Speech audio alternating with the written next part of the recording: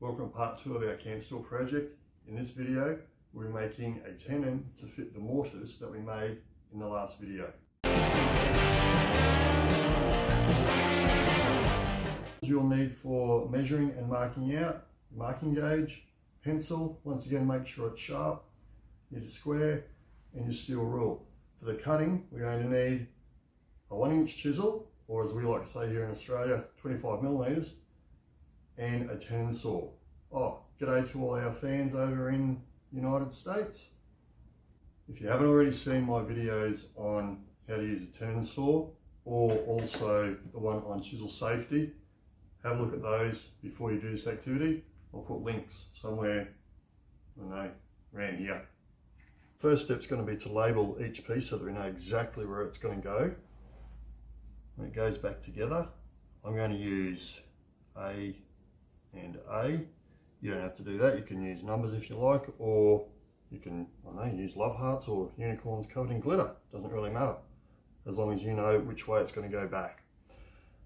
The next step, we've got to mark the distance, how far down the leg it's going to go. To do that, I'm going to sit the cross piece across the top there, and I'm going to make sure I've got a little tiny bit sticking out. As my old manual arts teacher used to say, half a bee's knee. Thanks, Mr. Rasby. And I've just put a little pencil mark there. After you've got that, you want to grab your square, pencil on the mark, slide the square up, and we're going to square this all the way around.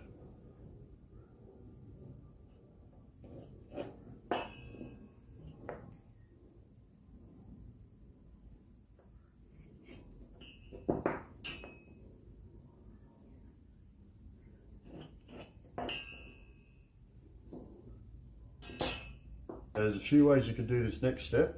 The way that I like to do it, once again, make sure you've got where you've labelled lined up here. And I'm going to sit this cross piece so it's nice and flush on the leg there. And I'm also checking to make sure that it's parallel with the bench. And I'm going to use my pencil and then just mark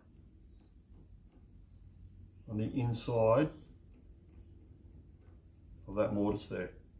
What we need to do here is to get our marking gauge set to that distance there. Now, if you've done your mortise correctly, what you should find is that the distance here will be the same as that there. So you should really only need to set it once.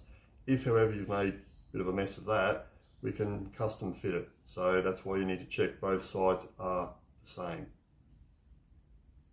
Once I've got that set, I'm just going to run marking gauge down there. And it doesn't have to be deep, just enough to get the pencil in there.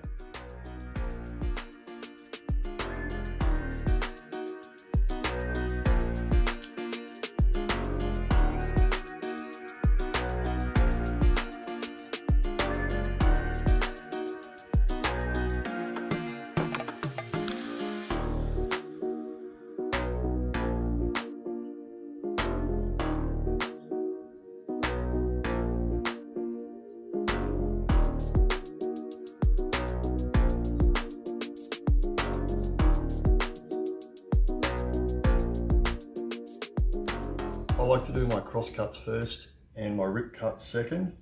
Always remember, when you're doing any cuts, cut on the waist side of the line. You should still be able to see that line just left on there when you finish the cut.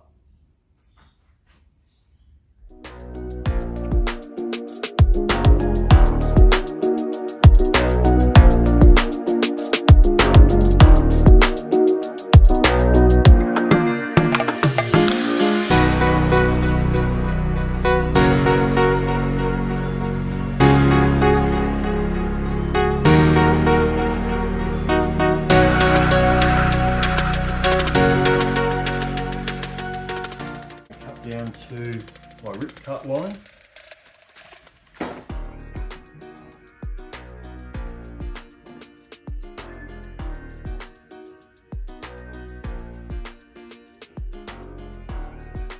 And if you remember from my how to use a saw correctly video, you want to make sure that you can see the line when you're cutting.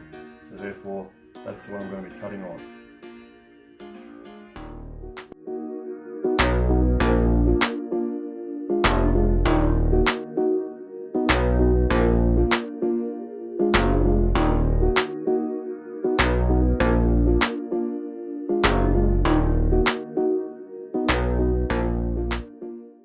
And there's the first one, and I can still see my lines. That's okay, because I can always go back and trim them off later. You can't put material back on there.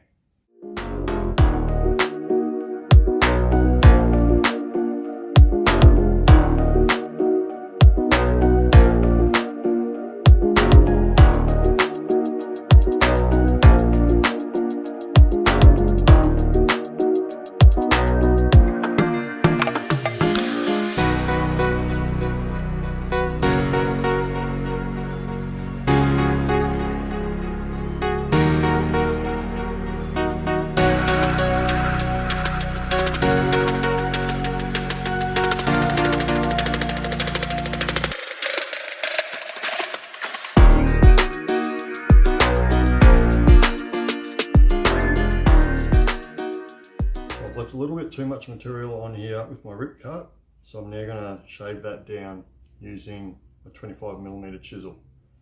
What I'm going to be doing is I'm going to start down this end here first, down the bottom, and shave a little bit of that off, and then I'm going to work my way up to the top. That way I'm not going to be taking too much off down here.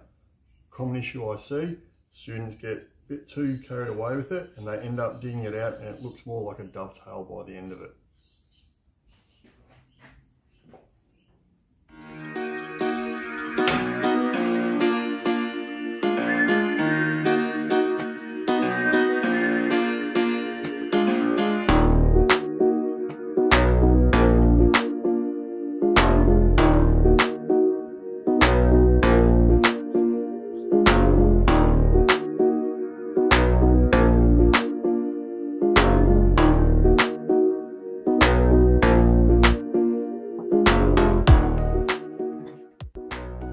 Shaved down to the mark. Students often ask, well, why can't I just file it? Well, if you file it, you will not get a finish anywhere near like that.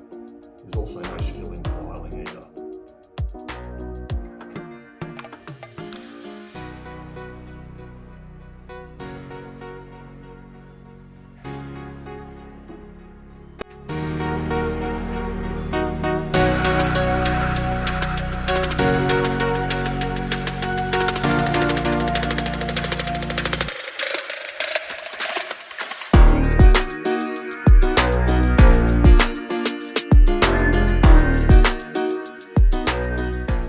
Okay, so this is what we're trying to achieve. Nice snug fit. Remember, if you've got to hit it with a mallet to get it on there, it's too tight and you will break it. You're going to end up splitting it through here, so do not, under any circumstances, hit it with a mallet. You've also got no gaps through there, and I've got that little bit protruding through there, which is fine. We can plan that off later and we'll end up with a nice flush finish. So that's it for the mortise and tenon component of this project. Remember to hit the subscribe and like button, then you get updates for the next part of the task, which is going to be dovetail joints.